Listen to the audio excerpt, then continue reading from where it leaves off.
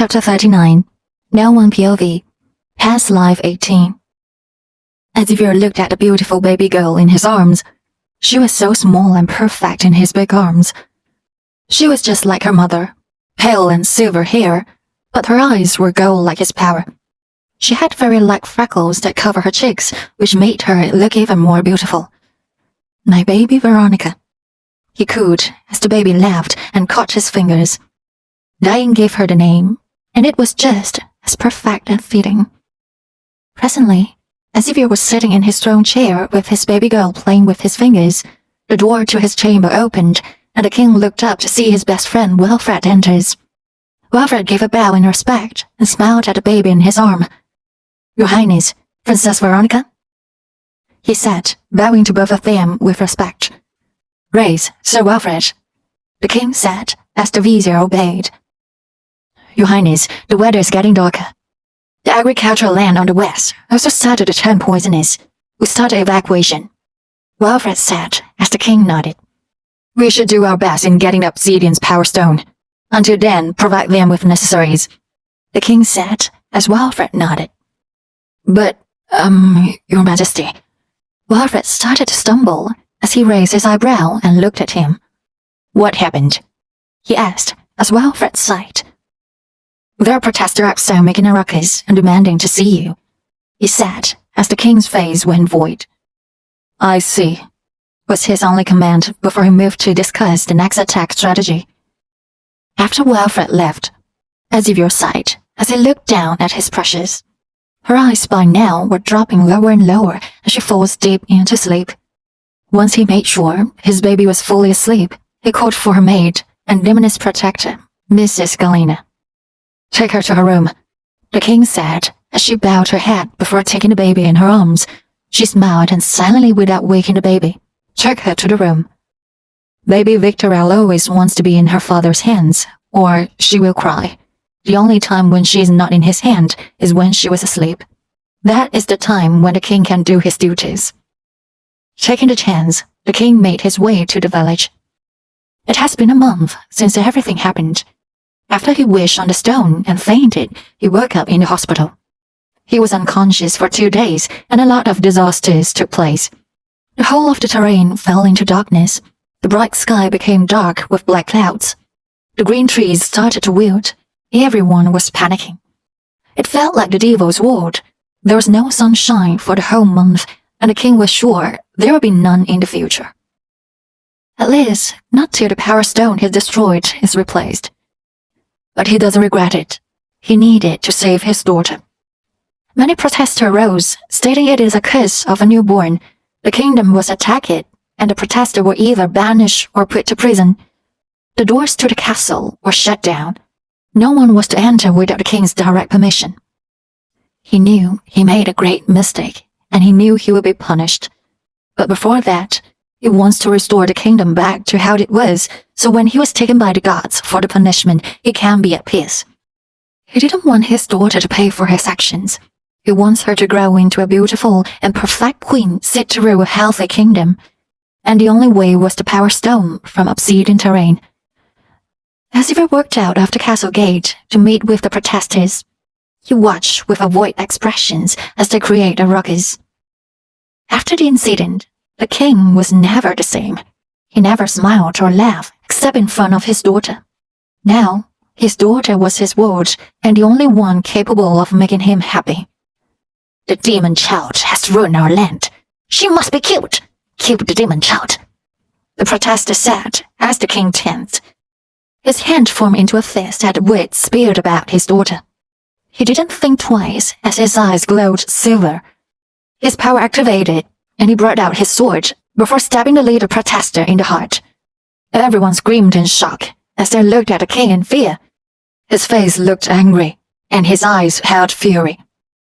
"One more word against my child, and I will not hesitate to give you the same fate as this one," the king said with ground teeth. Everyone around, even Wilfred, was looking at him in shock and fear. Xavier has never been a tempered person.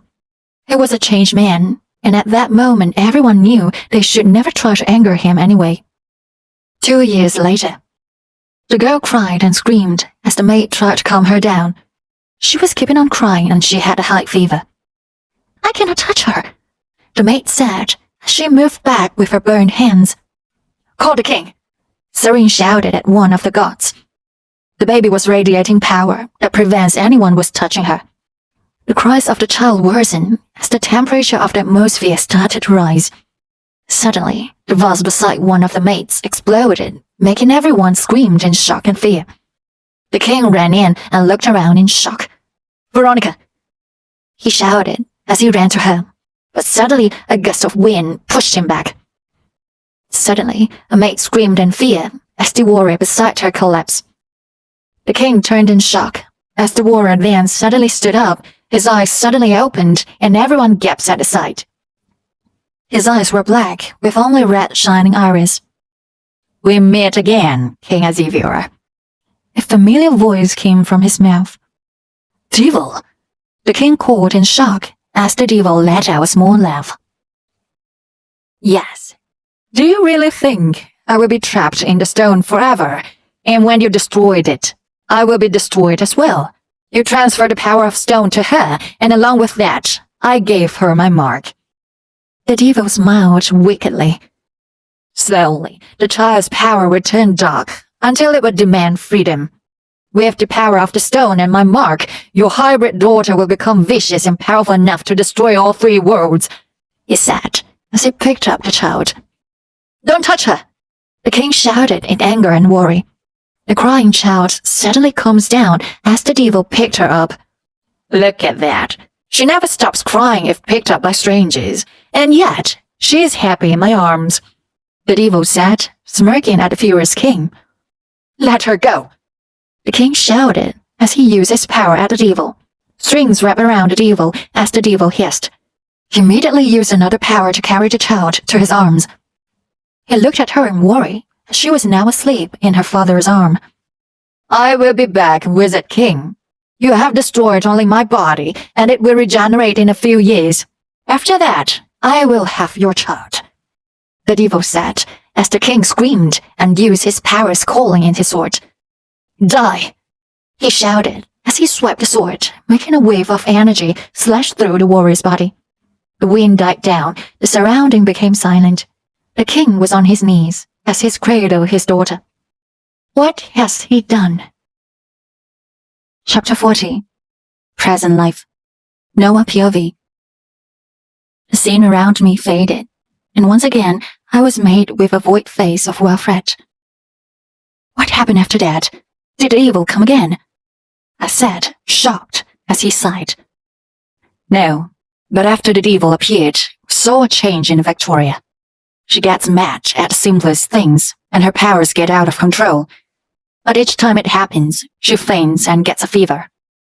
A few times, she was even close to death, he said, as I nodded worriedly.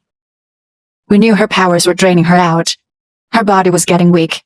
So according to the doctor's order, we made a suppressing medicine, he said, as I frowned. The same thing she keeps taking? I asked, as he nods. Yes, it suppresses her powers. Her powers are too strong for her body to contain, he said, as I nodded and looked at Veronica. But at the age of 15, he started losing complete control. Medicine alone was not working. Her skin turned red with marks, and she developed horns. That is when she came to us. Philip talked for the first time. Yes, we trained her to control herself, and her determination helped us succeed in controlling it. We knew we trained her good, but I was not so pleased with her going alone. If she messes up, someone should help her. Since Philip and Veronica became great friends, I thought, why not my son? Wilfred continued as I nodded. I became her personal protector. I keep her in check and make sure her temple is managed. It was going well until you appeared. She couldn't control her powers around you, and her mark always grows, Philip said, as I frowned, remembering the incidents. What will happen to her? I asked, worriedly. We don't know, but we can only hope for the best. Her condition is something we know nothing about, he said, as I nodded and took her pale cold hands. I didn't know what to do. Veronica has gone through a lot. Days passed by, and she hasn't woken up yet. The doctors were clueless on her case, and it is making me more and more frustrated. Seems like her energy is normal. I'm sure she will wake up soon, the doctor said as I sighed and nodded. He has been saying that for a week now. I took my usual seat next to her bed. I yawned, feeling tired, and laid my head on her bed. My mind was filled with thoughts, but I was so tired that I fell asleep. I woke up with the sound of sniffing and murmuring. What happened? I asked, half conscious, trying to stretch out my aching backbone. He's gone. He is gone. I have nobody. I'm alone.